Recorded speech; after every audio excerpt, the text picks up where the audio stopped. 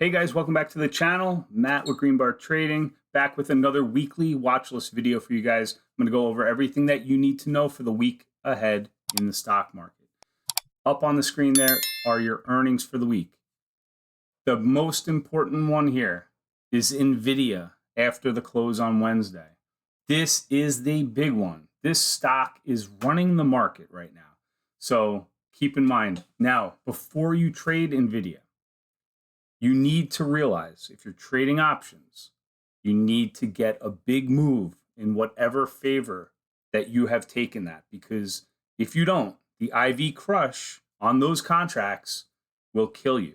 All right. So just be careful. Anytime trading around earnings is always risky, but just be careful. Know that going in before you're taking those trades. All right. So that's your earnings right there. Okay, something I just want to go over from last week before we get into it is Powell spoke. That's the Fed chairman. Powell spoke from Jackson Hole, okay? In his speech on Friday, this is really, really important, I think, is something that they're really interested in looking at now. The unemployment rate has started to move up, okay? This was all expected to happen, but what I'm noticing here in his speech is he says here, the time has come for policy to adjust, all right? Before that, he's talking about inflation and the labor market, okay? Data showing an evolving situation. The upside risks to inflation have diminished, and the downside risks to employment have increased. All right. As we have highlighted in our last FOMC statement, we are attentive to the risks to both sides. The labor market.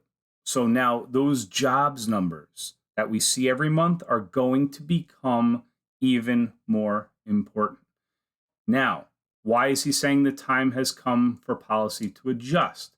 That just means that in September, when they meet at the FOMC, the odds of them cutting interest rates are that much higher now. Okay, so he's basically telling us, without saying how much they're going to move it, they're going to be cutting rates. Now, once you cut rates, that is because they're seeing the labor market almost starting to suffer. And they don't like that, all right?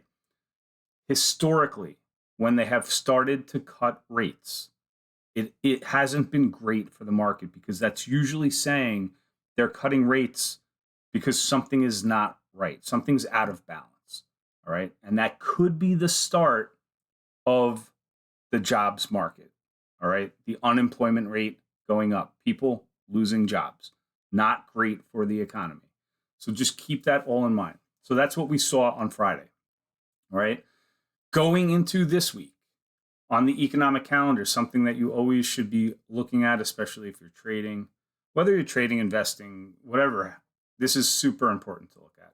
You want to know what reports are coming out, when they're coming out. You want to look at them and see what they say. So on Friday here, you have the core PCE.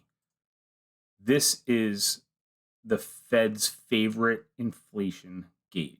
They want to see 2%. All right. They eventually want to get this down to 2%. So on Friday, that's going to be a big one for the market. Going back to Monday, not that important. Tuesday, same thing. Consumer confidence, this could be starting to get more important. That's at 10 a.m. on Tuesday. Wednesday, some more Fed speakers.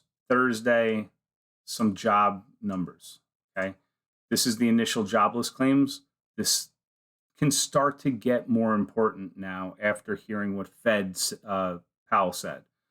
Also, GDP, second revision. We'll see what that comes in at, and then more Fed speakers. So that's your economic calendar right there for the coming week. Looking back at last week, 1 week performance, these are the different sectors. Real estate, huge move. Why did real estate go up? Because of the Fed and them talking about lowering interest rates, that's usually good for real estate. Maybe more people can afford homes, interest rates go down, mortgage rates go down, more buying, more demand, possibly. All right. But still, everything was in the green. Everything was in the green except for energy down slightly. Okay. 1 month performance, real estate up 7%, huge. Utilities also.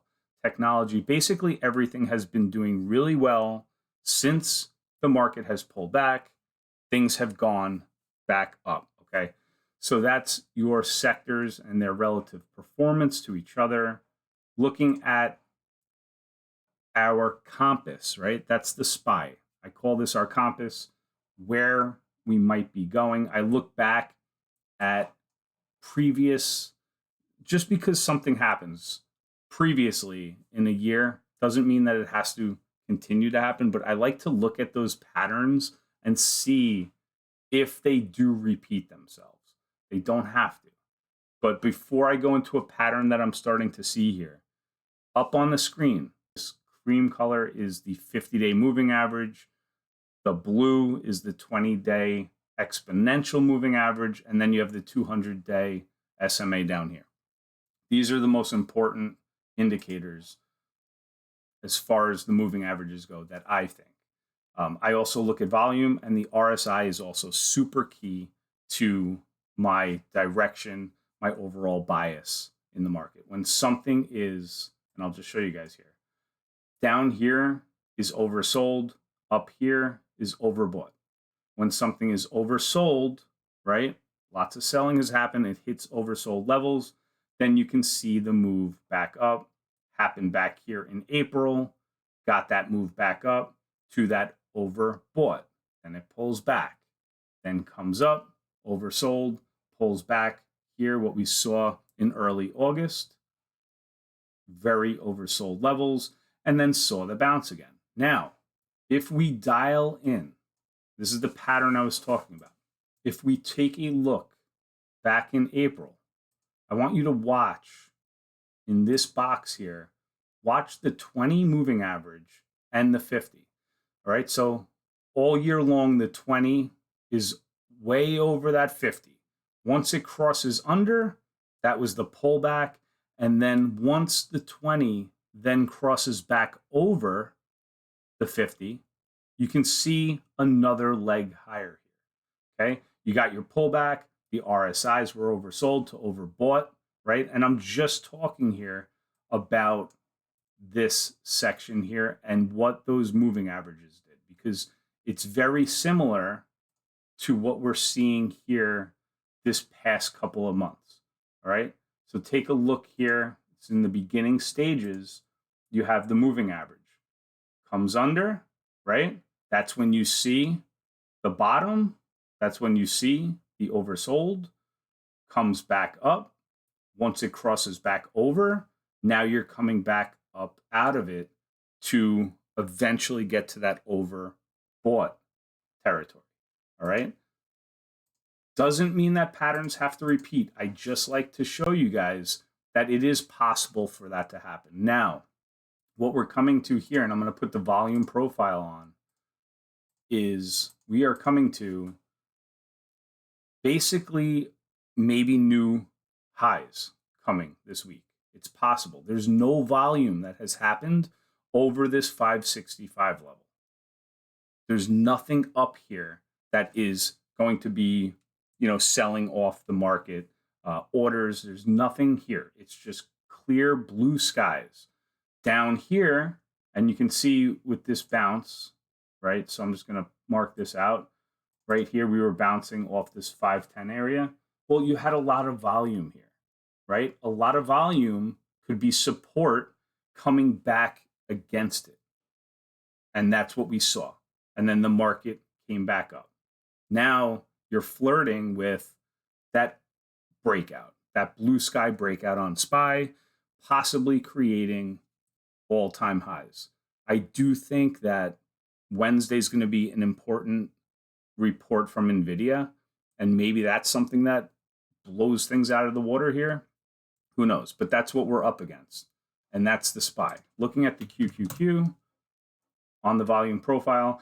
You can see here the point of control was a very good spot here for the market to rebound. That's what happened. You have these, you have this trend line here, something that I drew out from a couple of years ago, has been pretty accurate as well.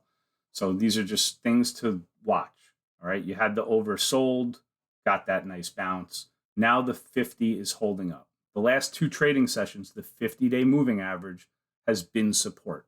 So let's see if that continues. Again, if this breaks out, maybe we get back to that 503 and maybe we make all-time highs.